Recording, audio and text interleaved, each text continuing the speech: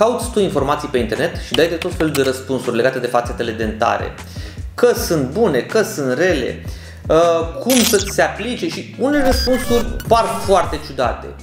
Te-ai întrebat vreodată dacă acele răspunsuri sunt scrise de un medic sau sunt scrise de alte persoane ca și tine care caută răspunsuri? Sau, mai ciudat, acele răspunsuri sunt uneori scrise de niște roboți.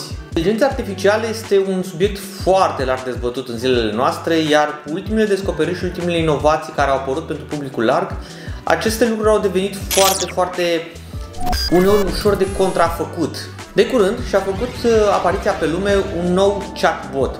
Este dezvoltat de cei de la OpenAI și se numește ChatGPT. Ce legătură are asta cu fațetele noastre? Ei, m-am gândit să facem un fel de battle între ce răspunsuri îți poate oferi un medic și ce răspunsuri îți poate oferi inteligența artificială referitor la întrebările pe care le ai strict despre fațete dentare. Și am selectat cele mai adresate 5 întrebări pe care pacienții de obicei le adresează atunci când vorbim despre fațete dentare. Salut! Sunt Marius Durbac și sunt dentist în București. Iar eu sunt ChatGPT. Iar astăzi îți vom răspunde la, așa cum spuneam, cele mai importante 5 întrebări pe care pacienții le adresează când ajung în clinică. Și mă refer la mine că nu prea ai. Să începem cu prima. Ce sunt fațetele dentare și care este scopul lor? Fațetele dentare sunt niște finisaje realizate din ceramică sau compozit care se aplică pe suprafața dinților pentru a le face mai estetice și mai funcționale. Scopul lor este de a îmbunătăți aspectul dinților și de a face mai rezistenți la carii și de a le proteja de alte probleme. Ok, în mare parte cam așa este. Fațetele dentare sunt de fapt niște lucrări protetice sau, cum în termeni mai simpli, sunt niște foițe de ceramică sau din alt material care se aplică efectiv pe dintele tău ca să-ți poată da ție un aspect mult mai estetic al dintelui, fără a compromite prea mult sănătatea lui. De ce spun asta? Pentru că, comparativ cu coroanele dentare, la fațete facem doar o șlefuire foarte ușoară. Pe de altă parte, față de ce a spus el, realitatea e că fațetele dentare nu au scopul de a-ți proteja dinții. Ele vin, de fapt, să-ți îmbunătățească dintele din punct de vedere estetic și de cele mai multe ori vin să-ți protejeze dinții care deja au suferit traume, plombe, carii și tot felul de alte situații în care dintele tău este deteriorat. Acum, să ne înțelegem bine, o fațetă dentară pe un dinte sănătos n-are ce să protejeze. Dintele la sănătos e destul de protejat de structura lui naturală. Ok, am înțeles. Hai să te văd cum răspunzi la asta. Care sunt avantajele fațetelor dentare? Lasă-mă tot pe mine primul.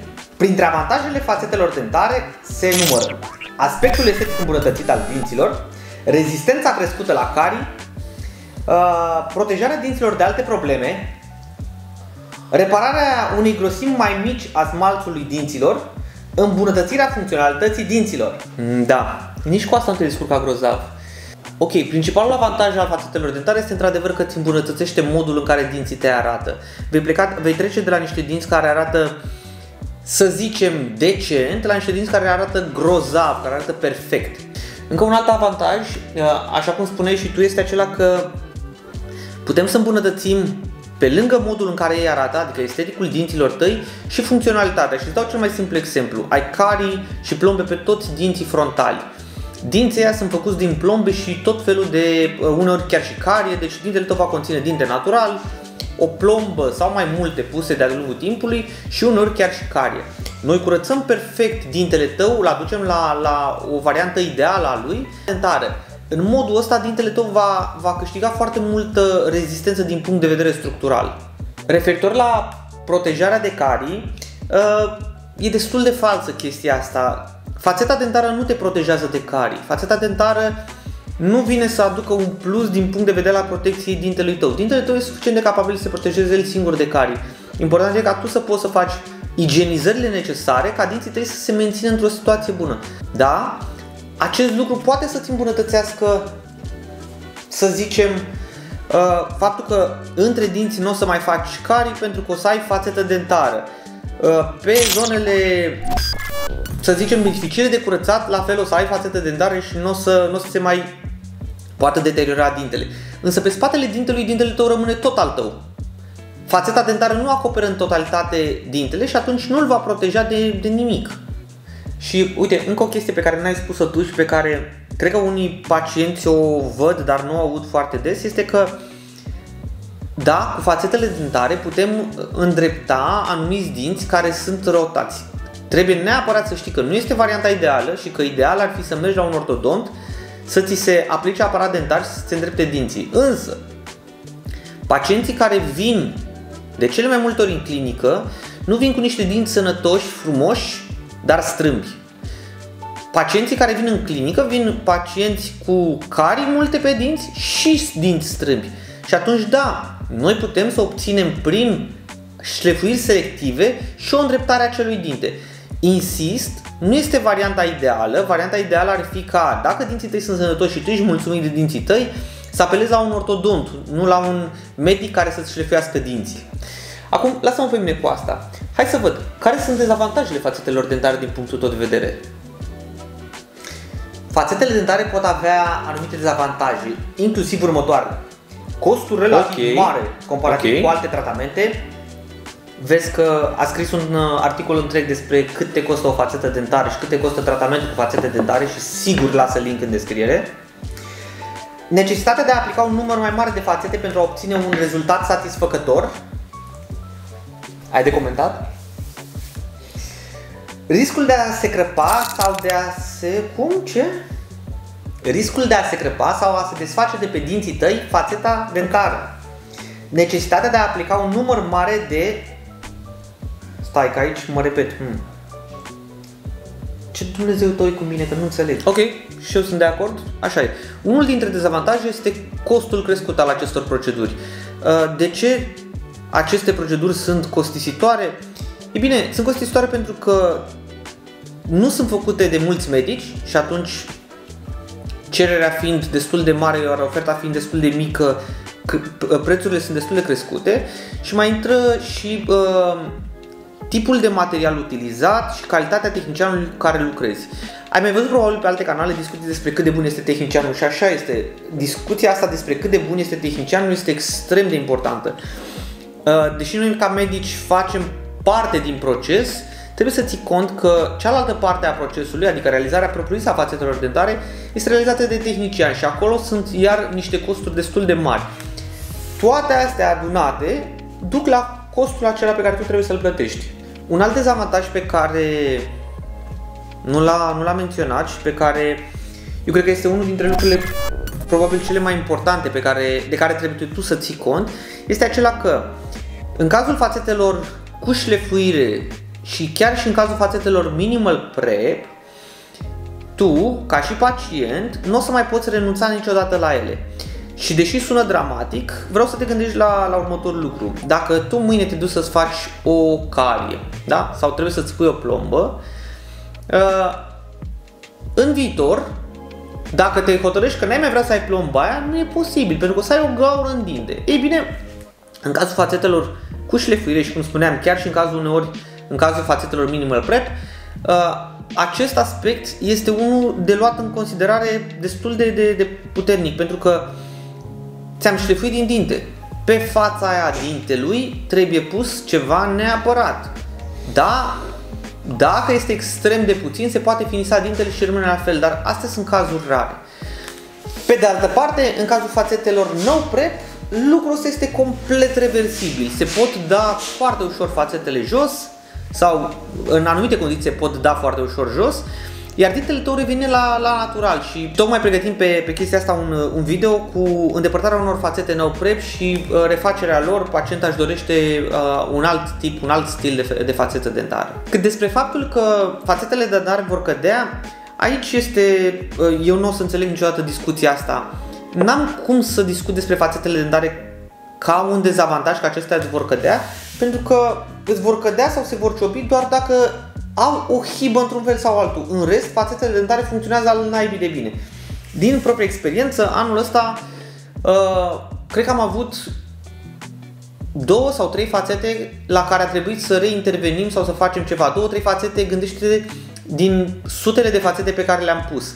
Deci, șansa ca tu să ai o problemă și ca asta să devină un dezavantaj este atât de mică încât nici n-ar trebui pusă în discuție. Ce să zic, le știi tu pe toate.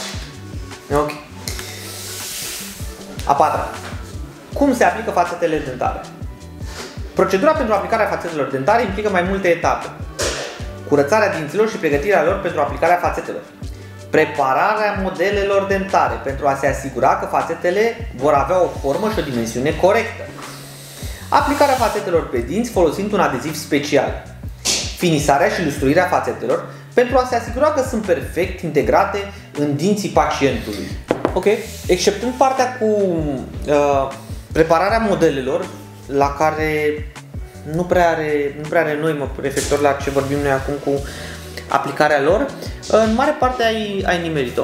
Într-adevăr, odată ce fațetele nu au ajuns în cabinet, ajunge într-un proces de curățare, de dezinfectare și de gravare, silanizare, iar ele vor fi pregătite pentru a se aplica adezivul pe ele.